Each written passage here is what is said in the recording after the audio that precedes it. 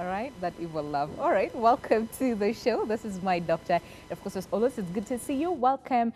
And let's talk about cavities in children. And I know right now, I think almost all children are at home right now. And of course, there's that temptation to take anything and everything that has sugar. So it's a very difficult time for many parents right now to try and monitor what their kids are taking. But it's very, very important to ensure that then they do not end up developing cavities and all that. So today our focus is specially dedicated to the children at home. So if you are a parent watching us right now, then you better pay attention and stay tuned till the end of the show to understand more about cavities in children. So welcome to the show once again. My name is Winnie Lubembe and let's tackle cavities, all right? And of course, before we get on with the discussion, our guest is here. He's been long gone. I don't know what did we do that he disappeared for that long, but it's good to see you. Welcome to the show. You look well, so I assume everything has been okay. 100%. 100%. All right. So just say hi to all people watching us right now. Hi, my name is Dr. Okari Nyakundi Kevin, a dentist and practitioner. All right. Yeah. Now, COVID-19 came into the country, and I just want us to talk about this because there was a time, of course, you guys closed, and parents were like, Sasa, now what do we do? You know, where do we take children and all those things? Yeah. Are you back in business now? Yeah, we are back in business. Okay. All right. But we are under measures and precautions, Oh, yeah. like the PPEs, masks, sanitization, Yeah, because I was trying to imagine, you know, getting into someone's mouth. Of course, there's that aspect of fluid and, you know, all those things, something which we're told to ensure that then we do not, you know, come into contact with, but you as dentists, have to. you someone have to, but it's good to see you. Okay, now let's talk children. And when we talk about cavities in children, I think it sounds more common. People will be like, but see, that's normal. See, that is like a phase they have to go through and then, you know, before they develop then teeth, you know, like permanent teeth. So in terms of then, when does it occur and when do we start seeing this? Is it probably like age 5? It can happen at any age. Okay, for cavities, it depends. Mostly it depends with, in children, the type of diet you're giving the children. Yeah. Because you might find kids who have never experienced cavities. Ever. You see, when they're young, because you find their parents who are taking precautions, who are brushing, changing of the toothbrush. The toothbrush, you know. But for cavities, as early as the teeth are out, that's when the kid is exposed, because depends now with the feeding, the routine, Okay, let's remind people, first of all, when we talk about cavities and tooth decay, it's the same thing, it's a difference, you know, so that we established ground, and then we'll focus on then, because you talked about diet, which is very important. The big question is then, when does it start? Does it start when the baby is still in the womb or after the baby is born? You know, but first of all, cavities, tooth decay, same thing, or there's a difference? Okay. Cavities and tooth decay is one of the same thing. One and the same thing, yeah. But now in simple definition is the erosion of the outermost part of the teeth. Then it progresses to the inner ones. So that's the most simplest way we can describe cavities. Okay. Now, so, because again, like I said, it seems normal, like this is a normal phase that everyone goes through, children go through the same, but like you said, there's some children who have never experienced cavities before, and I'm like, okay, how? Because you see, there's that as a child, of course, we want everything that is sweet, everything that has sugar, everything that's just, you know, like tastes good, but it's not good for your teeth. Now, so like I said, that aspect of diet, because you said this plays a very, very important role in ensuring whether the child will develop cavities or not. So when does it start? Does it start when the mother takes probably like, you know, a balanced diet when they're pregnant? That, again, not only helps with the formation of the baby, but also of the teeth. So in terms of development, let's start with development. When the baby is inside the womb. So you find the type of foods, drinks that the mom is taking will, let's say, will help the kid develop bones. So you find that there are certain medications the mom is not supposed to take. For example, if the mom takes tetracyclines, you see, definitely it will interfere with bone formation, teeth formation. You know, have you ever seen those kids when they're born, you find them when the teeth are developing, they've already discolored. Yeah. Yeah. So that's because of the types of medicine mom is taking. So we kind of try and avoid giving those medications, especially the first trimester, which is the first 3 months of pregnancy, because that's when the bones are forming, everything is being put into place. Yeah, so at that time, the mom should be feeding high loads of calcium and vitamins. Huh? Yeah. Okay. Because we've also had women say that, you know, they go to a hospital and they're told, you know, calcium, they need to take enough calcium, enough potassium and all those things. And they're like, but why? you know, but it's important. Yeah, it's not really only important for them, but also for the baby and especially for the formation of bones. Yeah. Okay, fine. So balanced diet during pregnancy. It's good not only for the mother and for the baby. Now, so the baby is here, right? And they are on breast milk. And then you see that urge for the mom, again, to take, you know, the aspect of cravings during pregnancy. And some people even experience that sometime after they just crave something because the body, you know, is deprived of the same. So balanced diet, especially that time, where the mommy is just focused on producing milk for the baby and forgetting that they also need to maintain balanced diet. Yeah, so how then do they balance in as much as to ensure that they have enough milk, but then the milk is quality, you know, not just milk So, to feed the baby. So sometimes we can supplement with supplements. You can also supplement with supplements. Sometimes it's just a matter of eating foods with iron. You know, those cravings. Sometimes you find a mom is there eating stones. You're like, what's really going on? But it's the iron deficiency. So sometimes they need to feed rich foods of iron, vegetables, just living a healthy lifestyle and avoiding junk foods. Avoiding.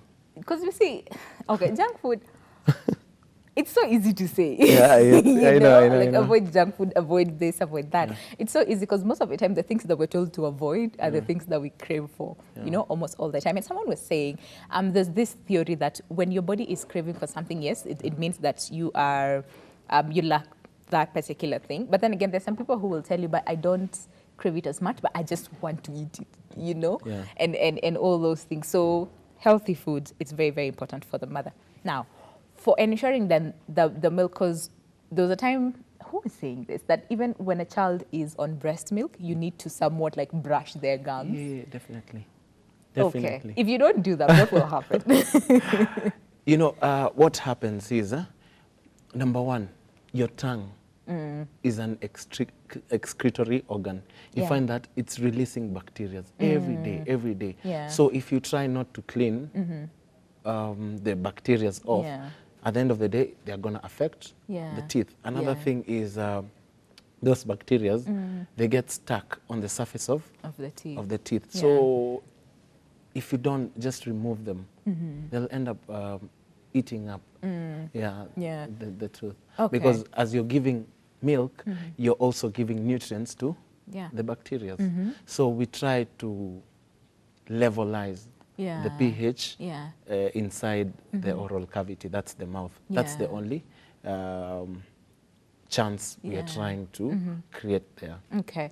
Now here's the thing. So they say that milk, a mother's milk has like, helps the child to develop like defense mechanism against bacteria and viruses and all those things. And someone might be like, Kwani, why isn't it then fighting the bacteria in the mouth?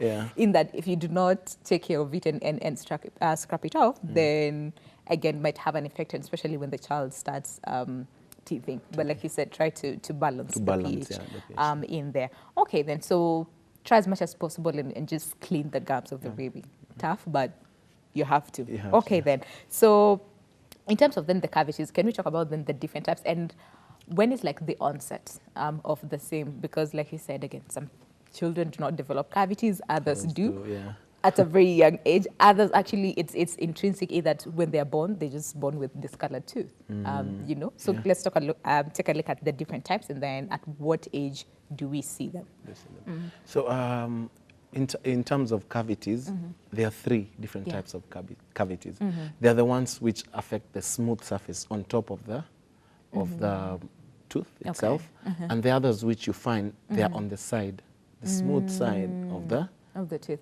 And there are others which are on the root surface, like they are down on the gum. So those are the three types of different cavities. types. Okay. So then, in terms of when you're gonna see the cavities, we cannot really tell. Like when is this cavity going to be visible? No, because there's so many things that we look at when a cavity has to become a cavity, because now it means the kid has not been brushing, or the parent has not been watching the diet. Maybe they have an underlying condition that you don't know. Another thing is also the issue with medicine, as I told you, the issue with medicine. Yeah, you find maybe the mother was given medicines that interfere with the calcium development. Another thing is also the type of water.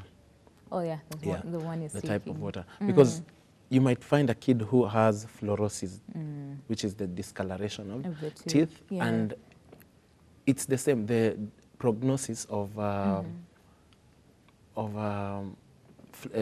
what's it called, fluorosis, is the same as there's a condition called amylogenesis. Yeah. It's the teeth now become yellow, sort of. The kid has been, you know, so there are things that we need to look at. To look into, Yeah, okay. yeah. All right, so then and especially for the ones that then they're born with the tooth already discolored. Okay, we'll focus on this and as far as the treatment is concerned, because then again, the parent is like, what is happening? Because if you look at, let's say, the parent's teeth, they are okay, they're not discolored, but this child is born with discolored teeth, you know? What happens there, but like he said, it depends on what the mother was taking, and especially if they're not taking enough calcium when they're pregnant. For the ones that, and we can start with the ones like on the surface, the softer side of the tooth or teeth. So is it then more because of diet, or is it more on that is just a child, they eat everything, so they end up having the habits, huh? Yeah, you know, they end up having discolored teeth. Okay. Yeah. For me, I'd say for the discoloration, as I said, it depends. Maybe the kid was not, the mother rather took pills that were not supposed to when be they're taken. pregnant. Yeah. So sometimes you find we supplement. When you find a kid who has those kind of deformities, cavities, what we normally do is we supplement. We give them supplements, just and try to strengthen back their formation and development. Okay. Yeah. So with time, you find the kid, the teeth now are becoming even better. They're becoming, there are no cavities. There's no even smell, because sometimes, you know, there's no discomfort when the kid is feeding. Yeah, because sometimes it becomes painful. Yeah, even when they're feeding. Okay, do we have instances where then the child experiences fine discoloration of the tooth? Yes, but then again, the tooth, they're very weak, you know, and very brittle, and for some cases they just break, you know, on their own. So is it more on then the deficiency in calcium, or again, what the mother fed when they were pregnant? Okay, you know, teeth, the germination, there's a sequence where there's a table which guides you and tells you this kid at the age of 3 should, this teeth, the age of 6 months, these teeth are supposed to be out. So when they're out, that's where we determine the root cause of everything, because you find a kid has developed very nice teeth, very nice teeth, strong teeth. But now you find the habits that they have, they're not feeding well. Yeah, they're thumb sucking. You see? That's a problem. Yeah, they're thumb sucking. Yeah, because you know, you see, for example, thumb sucking. When a baby puts their thumb inside, it tends to push their teeth in front. Yeah. You see, they tend to push their teeth in front. Then another thing is it creates spacing, you know, deficiency. You find another tooth has not grown straight. Yeah, so such kind of things are the ones that we look at. Okay. Yeah. You know, my niece is thumb sucking, so I'm like, wait, is that? Okay, all right. So it's, okay, so it's not more on than the discoloration. It's more on, okay, so this is more like the habits that the child picks when they grow up, because someone might be like, but they do not take coffee, they do not take tea, you know, so then what happens to all this? Okay then, and then does it get worse? let's say in a short span of time, or sometimes it gets, it gets better. Like you said, there's some instances where the child is put under supplements, it gets better. But what about then if nothing is done then? Because like I said, most parents will assume that, oh, well, this is a phase. It's the things that the child eats. They're not brushing their teeth. But as soon as they start brushing their teeth, then everything will be okay. So then that aspect of delay in terms of either seeking treatments or changing their habits, how quickly does then it jump from just being a cavity to being, much more problematic for the child? Yeah. So it normally takes time. I can say the issue normally is about consistency. Yeah, because you find the kid is not even brushing because you see. At what age should they start brushing their teeth, first of all? Immediately, the first tooth is out. Okay. You buy, there's those small toothbrushes where you can help the kid brushing, you put it inside your thumb. Yeah. Okay. So as I'm saying is consistency. Because you find a kid, is developing a cavity. You know what happens? The kid will stop chewing with its side and then start use chewing the other side. Yeah. So this other side will be affected. And the kid will go to this back other to side. the other side, yeah. So now we are looking at cavities that have already developed to poor feeding habits. Yeah. Because now the intake of foods now is deprived. Yeah. Yeah? You understand? So you find the teeth also now are not developing well. Yeah, so what we normally do, if you find a kid is in that phase, we can do a filling. At that age? Yeah. Okay. We can do fillings. We can do this. There's a procedure called pulpectomy and pulpectomy. It's more of a root canal of kids. Okay. Yeah. Isn't it risky, especially for root canal, not canal but filling, for that child? Because again, like, won't it interfere with, I don't know, like this? I'm just thinking, because there's so many people who say, I had a filling done and it wasn't good, and like the experience was not good, and at some point, it ended up being worse, for them as compared to making, the situation better. So I'm thinking for children. So for children, okay, as I'm saying is, if we are going to do a filling, because, if you extract a tooth that's aching, that space that you've created there, another tooth permanent will come and occupy. Yeah. You see, that space. Probably the one that's behind. Yeah. So it's going to occupy that space. So what will happen to the tooth that is supposed to germinate from there? Okay. You see, it will have no space. Yeah. You get? So the teeth now end up being crowded, crooked, and creating even more problems. Okay. Oh, well, that's an option. But then it has to be like on a more severe case, right? Yeah. And then does the patient have to choose, like, okay, fine, me, I'll do like root canal, or I would opt for this one? Because someone watching us right now might be like, wait, but when we were younger, that was the only option probably that we had. You have a cavity and it's painful and it's too much. The only thing is just to extract, and that's it. There's no other option. And someone will be like, but we turned out okay, so. Yeah, I normally get this, So anyway, it depends. Let's just say it depends with what probably the parent would want. Yeah. And then what's best for the child. Because again, filling can be, and these other probably interventions might be expensive to some people. Okay then. So, and what about like bedtime feeding? Should parents then do this? And we'll come back to the brushing aspect in just a bit. But I don't want to forget that aspect of then bedtime feeding. The baby is young and they need food and then they need to go to bed, How then does that contribute to, cavities and decay?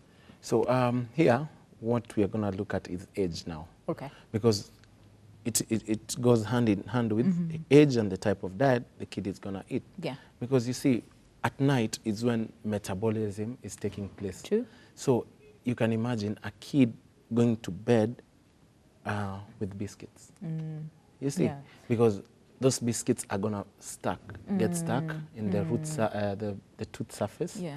Then at night, that's when the bacteria. Yeah, they're very active. They're very active. At night, yeah. You see, so you find it speeds up the process of decay. So the kid today sleeps with biscuits. Yeah. Tomorrow, pin pop the other day. They have to take soda so that they can go to bed. Especially soda. Soda is the worst because soda goes and corrodes the teeth, the enamel. It chips the enamel. The enamel becomes very brittle. Yeah? Then you wonder why this kid is getting cavities so fast. All it's the because time. the soda creates pores on the surface of the teeth. And it's interesting because there was a time we were discussing this and we were saying, as an adult, when you take like, you know, the sodas and stuff and then you somewhat grind your teeth, you can feel, you can feel it. So you can imagine for a child and they take a lot of the same. So so that is bad. Don't make the kid do that. So that and immediately let them go to bed. They have to brush their teeth. But in so many homes, this is not a culture that so many families have developed. Some is just, you've eaten, how you go to bed, you know, like go to bed. And some would even force the children to go to bed. Forgetting that brushing their teeth is very, very important. And like you said, as soon as the first tooth is out, they need to start brushing. So here's the thing. Most parents will be like, but they will gag, you know? Plus, they're children, you know? So just let them be. But it's very, very important. So then how do they then brush, you know? And do they have to go all the way to the tongue or not? The point is, because like you said, when they go to bed and they have like sugars and stuff or whatever it is that they've eaten, they will get stuck on the teeth and then bacteria comes and does its thing. So most parents will be like, siakunyo tu maji basi anal, you know, will not help. No, you say no, it's not enough. You know, toothpaste. Let's talk about the ingredients that we are using to brush. You see, for example, the toothpaste, it has enzymes, it has collagens, it has so many things that are gonna help trying to slow down the process of decay. You get? So when we brush, we tend to remove the debris that are stuck on the surface and also try to maintain that pH, as I said. Just maintain a clean environment inside the mouth. The same paste is the one that's gonna clean the tongue. So for me, I think the habit of brushing before you sleep is one of the best routines a kid can develop with. Because you might find even us, you find a kid comes to, when we go to schools, a kid tells you, yo, me, I've never brushed my teeth. So we try also and intervene in schools and try to teach them, do camps there, give out free brushes, toothpaste. Like even right now, I'm working with some company, I don't want to mention it. Like we're trying to educate schools and on why it's important to do this. Even see some companies going to the slums, you know, to just do the same to ensure that children brush their teeth. And that reminds me when you were younger again. I mean, for so many children, this was not a habit. I mean, you just take breakfast and then off you go, you know. You go to school and then that's it. You know, you come back home, take your dinner, go to bed, and that's it. And most of those children will tell you, but me, I never had issues with my teeth, you know. So, and we're like, I don't know. I don't know why, you know, because they turn out to be okay. Let's take a break. But when we come back, then we'll talk about the symptoms of the same, because for some children, I want to believe they might notice it when it's too late, you know, when when they start experiencing pain and all those things. But what can we do as parents to notice it as soon as possible and take, interventions as soon as possible? So if you're watching us, if you are a parent and thinking, so how do I introduce this to my child? And especially if something that you have not introduced before, then feel free to give us a call on 0791 478990 or send us an SMS on 40920, and let's help our children at least brush their teeth at least twice a day. All right, so we're taking a very short break, but when we come back, we'll have more on cavities in children. Stay with us. All right, welcome back. Glad you're still with us. This is My Doctor, and of course today our focus is on cavities in children. Very insightful discussion we're having today. As far as just preventing cavities, first of all, because there's this culture where, you know, for so many Kenyans, if it doesn't hurt, then I'm not going to a hospital. We don't really take preventive, care very seriously. We focus more on curative, but we're trying here, okay, on My Doctor to ensure that we tell you at least the importance of preventive care in so many cases and illnesses and conditions, and of course cavities being one of them. So if you're having trouble, probably if you are a parent watching us, having your children to either brush their teeth or maintain good diet, or just, habits, some of these habits that might end up exposing them to cavities, then feel free to send us an SMS on 40920. We look forward to hear from you as far as cavities in children is concerned. But before then, so then that aspect of when do you pick this? Because like you said, it differs for different children and different people. Some you pick it earlier, some probably later on. But what are some of like the telltale signs that parents should be, first of all, cautious about and should be able to pick as early as possible? Number one, so bad breath. So the first thing the parent needs to note is bad breath. Okay. Because when a kid has bad breath, it means there has to be something wrong. Okay. Because you've brushed. Yeah. Yeah. The kid is drinking a lot of water, but still there's bad breath. Okay. You get. How bad does it? Because again, there's that aspect. There's that smell that the kids have. And parents will be like, when isn't that normal? And especially for the breath. So, how do you know that this one is more on cavity and not just like a normal breath? That kids have. So, when there's bad breath, it's a sign that something is bad. Yeah. That's why there's bad breath. Yeah. So the other thing, the next step that you're supposed to do is just check. Okay. Just tell the kid, open, I see.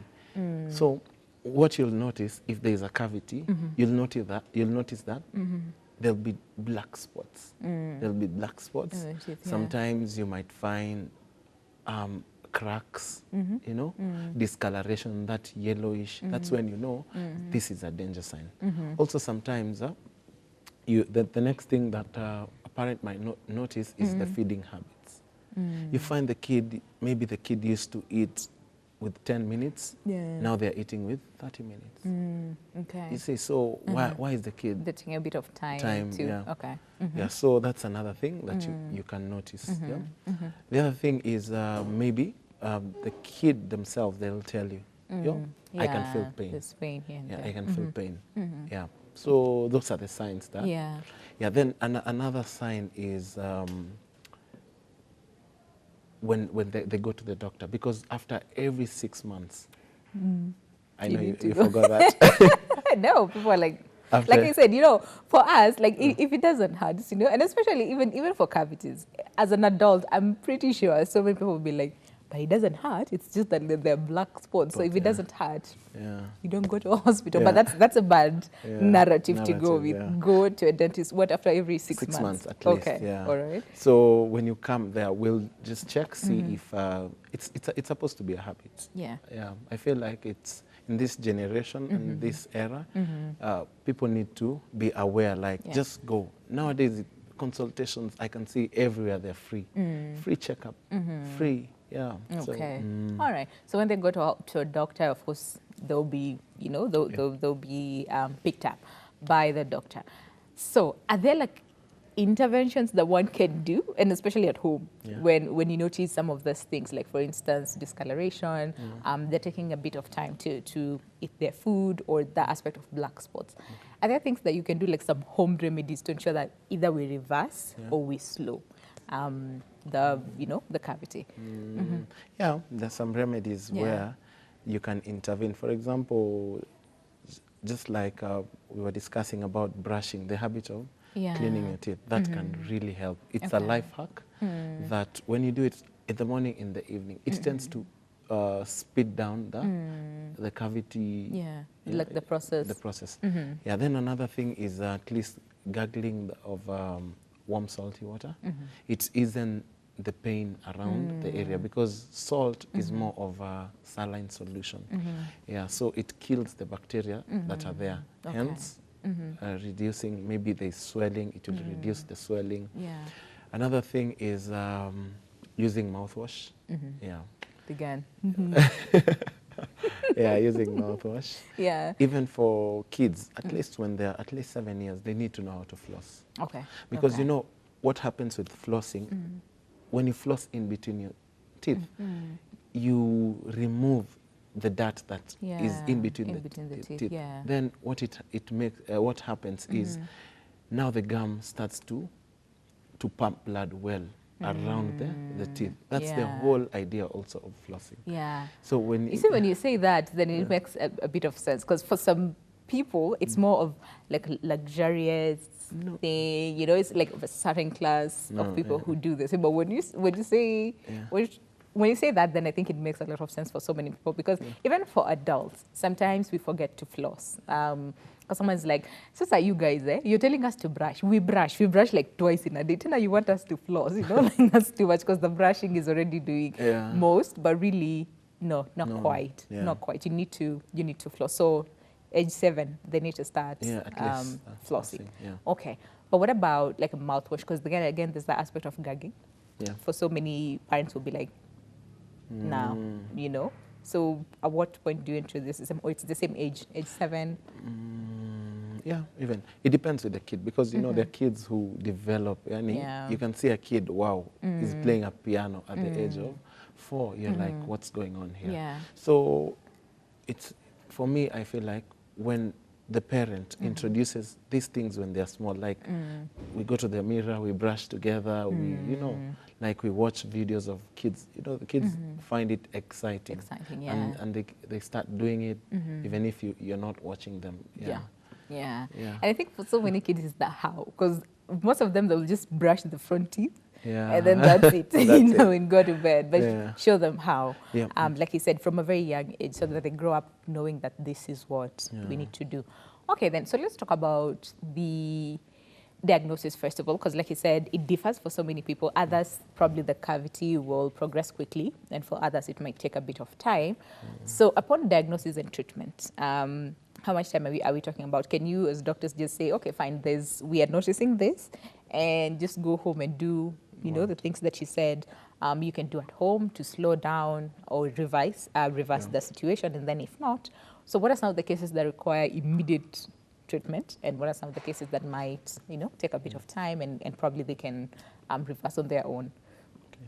So when a kid walks into the clinic, normally you tend to do a psychological approach to this kid. Because imagine this kid is stepping for the first time into a dentist. And dentists are very scary. No, very.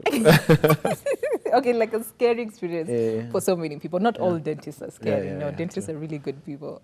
So we tend to build a relationship with the kid. You might even medicate the kid, tell the kid, you've seen, give them a balloon, a gift. Then you tell them, hey, you go, come, maybe after 2 days, just to create that whole mood that they're in a safe place. So when they come, you notice they have cavities. You might find there are different types of cavities, as I said. So to go into depth, you find that maybe the cavity is arrested. Arrested means it's there, but it's not causing pain. It's not causing pain. It's not developing. It's just there. It's been arrested because maybe of the habits that the kid has done. Developed. So for that, we normally just tell the kid, go continue with that. Observe the oral hygiene and stuff. Okay. Yeah. But there are some which you find the kid is in pain. The kid is in pain. So sometimes we tend to do x-rays to see the depth of the cavity. Especially if the tooth is permanent, we do. Others, we just do a filling, just a simple filling, just to like cover.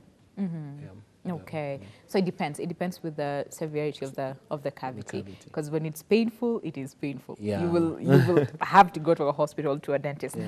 Do we then have to wait until there's pain? Because like I said, we have that habit as a people like me. You see the cavity, like you clearly see it.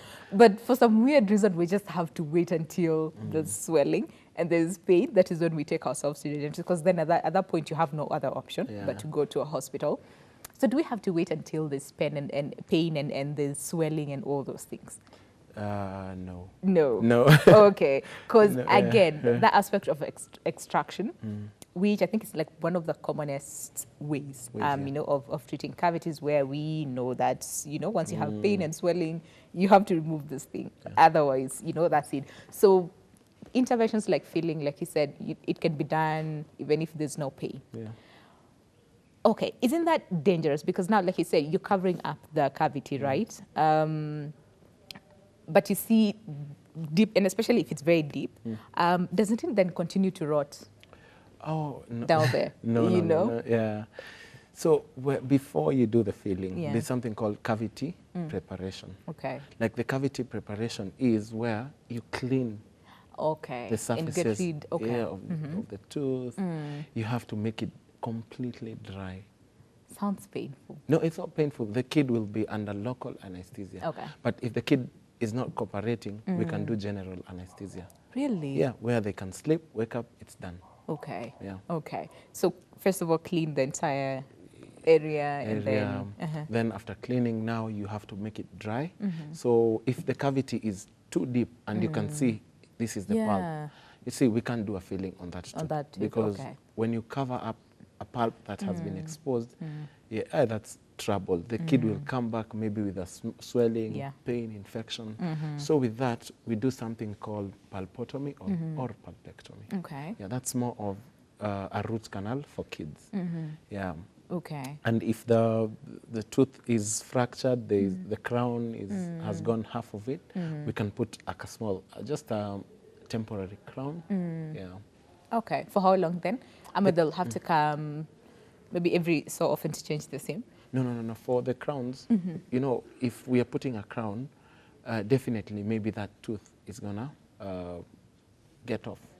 So we have to know which age this kid is. Okay. So that we put a crown that's temporary, so that when the kid needs to extract that tooth, it can come off. Yeah, because most of the time, and I've seen this in so many children, where like almost half of the tooth is gone. So you're like, so then what happens to this? You know, because then extraction can be painful. You know, for the same, because it's like almost gone. You know. Yeah. So then what happens? So that is where you put a crown. Yeah, no, if for extraction, Yeah. no, you can't put a crown because there's no crown to hold that tooth. No, I'm saying for the ones, and especially the ones like it's almost like half is gone. So there's like a very little, you know, that is remaining. Yeah, that's where we put like a crown. Yeah. Okay. But for the ones that we have extracted, we need to put something called space maintainers. Okay. Yeah, Okay. just to maintain that space, because if we don't maintain that space, other teeth will now start crowding for that space, fighting for that space. Hence, having crooked teeth, malaligned teeth. Yeah. Yeah. What does it look like? Because I'm trying to imagine now. Is it like metal? Is it plastic? Is it spongy? Is it, you know? And is it painful, especially when they're chewing on that side where there's no, you know, teeth in between? There's a space, and then there's a spacer, right? Yeah. Is it painful? No, it's not painful. Okay. Zero, because before we put a space maintainer, the kid has to go. The area heals completely. Okay. That's when you put a space maintainer. All right. Yeah. Okay. After some time. Yeah. Okay, that's good to know. All right. So filling, one of the options, space maintainer for those who choose to go for extraction. There's that option. Any other option? You know, for cavities in children. Basically, no. It's only fillings, pulpectomy, pulpotomy, or extraction. Okay. Yeah. Can you take us through then the aspect of pulpectomy and no, the other one, the name is yes, yeah. What happens? You know, in a layman's language, so that we understand, and at least we have options. Yeah. So for pulpectomy and pulpotomy, you see, it's pulpectomy means we are removing the pulp. The pulp. Yeah. So what happens after you clean the area, remove maybe the dentine, the enamel, that's when you reach the pulp. Yeah. The pulp, you just like pinch it and it comes out. It's not a very like invasive procedure, no. It's just a simple procedure. Pulp, you pinch it, it's out. Okay. Then we just cover. All right. Yeah. How long does it take for one to heal from the seam? 30 minutes, depending on the kid's cooperation. All right. And the healing process, prognosis for the same? 3 days. 3 days, you're good. Okay. Yeah. So not as bad, because the name is big. You're like, wait. This sounds like a very big procedure. And it is painful, but really, like you said, takes less time to, of course, for the procedure and for the healing as well. Now, do we have instances where even after treatment, and especially for, I think, extraction, where one was saying that, and especially for children, once one teeth, and especially if it's in between teeth, it's possible that even if you extract this one, the other one that was still exposed will continue to, to erode or either, develop cavities and stuff. Is that true? And then what happens to the same? Do we then end up extracting both of them? Both of them. Yeah. You see, the disadvantage with extractions is when you extract a tooth, what will happen, the kid will stop chewing with that side for quite a while. They'll go to this other side. Yeah. So, mind you, this other side that the kid is using is now starting to develop also cavities, because it's being overworked. Remember, this other side we've extracted. So the two that are left there, they try to compete with that space. The upper one that doesn't have an adjacent, definitely it will try to over-erupt. Oh, yeah. So you see, the kid now will end up losing 1, 2, 3 teeth. Yeah. Just because of the one. Yeah. They so extracted. Okay. Yeah. So when extraction, we normally try to limit it to the ones that are mobile, the ones that come out naturally. Yeah, that's the ones which we're free. We extract them. Yeah. But for this other one, there are options where we advise and we fight for. Yeah. Okay. Because now, it's not good. Because now you can imagine losing 3 because of one. Yeah. It's not a good thing. So what about then for those kids who have like weak teeth? In general, and that is just how they were born. They have weak teeth. Some will tell you it's just, you do this 1, 2, 3, and then it's out. Yeah. So then what happens to them? Because then they can lose all their teeth. Yeah. So what happens to them in terms of either strengthening, or do they have like then a different treatment, option for them? Okay. For kids who have like very weak teeth. One, it's supplements. Okay. We They need to be on supplements. Calcium. Okay. We can do something called fluoride therapy. We try and pump in fluoride to a certain level just to strengthen those teeth. Okay. Yeah, but for the ones which are mobile, it's really normally hard to stop that process off. Yeah.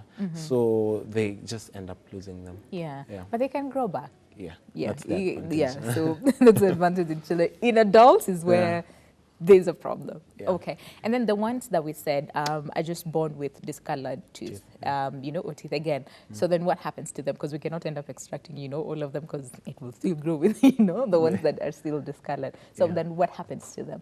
Okay. For kids who, it depends with the age, where we intervene with the treatment. We can do something called masking. Okay. So at what age is this done? The best age for me is normally at least 7 years. 7, okay. 7 years. That's when we put another coat on top of each tooth. Yeah, apart from the molars. Yeah. Why? Why not the molars? Because for the molars, they're normally very strong. Yeah, and they tend to get overworked with chewing. So imagine putting a coat on such a tooth. You see, it's gonna chip off every time, and the kid might end up swallowing it. Yeah, just to prevent that, you don't do those. You don't do. Okay, so, but it's not permanent, right? Like no, masking. It's not. Okay, so how long then will this serve you for? And then you have to go back and do another round of masking. Yeah. So because of eruption, we normally do it at 7 years, at 14 years. Okay. Yeah, then the last stage now at 18 years now, we know what to do next. If you're going to do masking again, which is not permanent, we can go with veneers. We can do veneers for the kids, or we can do crowns. Okay. Yeah. All right. And then if that is not an option, masking is not an option, then what happens next? Okay. If the teeth are discolored, we just do fluoride therapy, just to try and strengthen the teeth. Yeah, and that's it. So do they get to a point where, I mean, so forget masking, nothing else is done, it's just the fluoride therapy. Does it get better, especially when they grow? That aspect of discoloration, does it disappear completely and then they develop like white, normal teeth? Okay, the advantage with milk teeth being discolored is the kid will lose the teeth. Yeah. After they've lost the teeth, new ones will come out, Yeah. which are not discolored. But for adults, it's a different case. Yeah. Yeah, because if the teeth were not, they were white, then they become discolored. Then you see now we have to do the options I've told you, masking. Yeah. Yeah. So, but if they were born with brown teeth and you find they have brown teeth again, permanent. Yeah. So options can be two. Yeah. Maybe there's a systemic condition, the one I told you, amelogenesis or fluorosis. Yeah. So for those two, we can do masking, crowns and all. Yeah. Okay. Because all right. it's really it's irreversible. It's Yeah. an irreversible. Sadly, Yeah. you know, Yeah, it's but but there's some people who just decide to live with the same, and you know, so it depends if it's not causing harm or some sort of esteem, you know, exactly, like esteem issues, especially when they are adolescents. Yeah. If it's not causing any of those things, then yeah, some people decide to stay with the same, some people decide to seek help. Okay, and so do we have cases where the treatment does not, you know, either has like side effects to the same or sometimes doesn't last? You know, it's not the what's it called, the outcome that's probably one desired, you know. Okay. And if that case, then what happens? Do you go for you know, another round, which can be quite expensive, or what happens? Like, do you experience this as dentists sometimes? A lot, a lot. Because now, you know, when a patient walks, maybe a kid walks to the clinic, you know, everything is determined with the budget. Yeah. Because you see someone cannot meet this budget. You see, no, you go to another option, which maybe they don't even meet that option. Yeah. So sometimes even you end up treating them free. Yeah. So when one solution backfires, for example, if you've done a pulpectomy on a kid, let's say, for example, then they come back, they tell you, no, I'm still in pain. Yeah. You see, maybe they haven't taken drugs or the pulpectomy was not done well done. Well, So you'll have to repeat the stage again. Oof. Okay. And this person's already in pain, and then you have to either or just repeat extract. the same, or just express it all together. Yeah, and just be honest and tell this is what's going to happen if we do this, and this is what is going to happen when you do this. Okay. Yeah. All right. So, but at the end of the day, of course, the results most of the time is okay. Yeah. Those cases where it's not, then they either have to go back for another procedure or not. Okay. Now, because we know, like, I mean, the aspect of either tooth extraction or, you know, the procedures and all those things, they can be quite expensive for so many people. So I think in this case, prevention is way, way better. Now, let's talk about prevention and brushing being one of them. Yeah. And there's this debate between the manual brush that we use and electric toothbrushes. Okay, there's some people who say electric ones are more, you know, efficient as compared to the manual. So being the dentist in the house, is this true or not? Or there's some bit of truth in that theory? Yeah, so for me, all I can say, brushing is brushing. Okay, it doesn't matter. It doesn't matter. The only thing, the advantage of electric is the efficiency. It tends to, like, those oscillations tend to go in between the teeth, in between the gum, as compared with manual. You know, that's the only thing. But you can find people who brush manually and really do it well. Good, yeah. Because if you can see someone like a Maasai, the Maasais, you've seen them, they don't brush. Yeah, they they use use just like the sticks. and Yeah, they have nice teeth. they are. Yeah. Yeah. So it's just habit that you've created. Yeah. It's just a habit that you create. Yeah. Okay. Because there's some people will be like, yeah, I'm going to invest in an electric toothbrush from now henceforth. Which is good. Yeah, which is good because we like the thing to just do it smartly. Yeah. You just hold it and direct it where it's supposed to go, and that's it. But I like what you said. Brushing is brushing. It doesn't matter. Yeah. Observe good diet. Very, very important. And for the children, maintain, you know, the behaviors and the habits as well. Try as much as possible as a parent to limit, you know, for them, so that you don't give them too much, you know, sugar at the same time. Wait, before we finish, because we need to finish the show right now, there's that debate between, you know, like the natural sugars that we get from fruits and all those things, Yeah, yeah. and then there's these other sugars. Processed. So someone was actually saying that even the natural sugars are not good. Yeah. Why? But it's natural, no? What do you mean, the natural You know, sugars? like for instance, you take like what pineapples, you take, you know, fruits with like very high amount of, you know, sugar in them. Yeah. So they're saying, no, that is not good for the child. That's not good for your teeth. Okay, the issue here is how you, if you overdo it, Okay. it's not bad. Okay. But if you, like, for example, you mentioned a pineapple. A pineapple, if you eat it for a very long time, Yeah. let's say today, tomorrow, the other day, what will happen, your teeth now will start becoming sensitive. Oh yeah, to the You same. get? Yeah, that's true. Your gums are gonna be affected. Yeah. So Okay. that's the problem with overdoing these things. All right. Yeah. So just take it in moderation Yeah. altogether. But that's better than the processed Yeah, sugar, sugars. right? Yeah. Okay, all right. And we have to end the show on that note. Thank you very much for coming, guy. Always a pleasure to have you. And of course, thank you so much for staying with us as well until the end of the show. That is where we have to wrap up.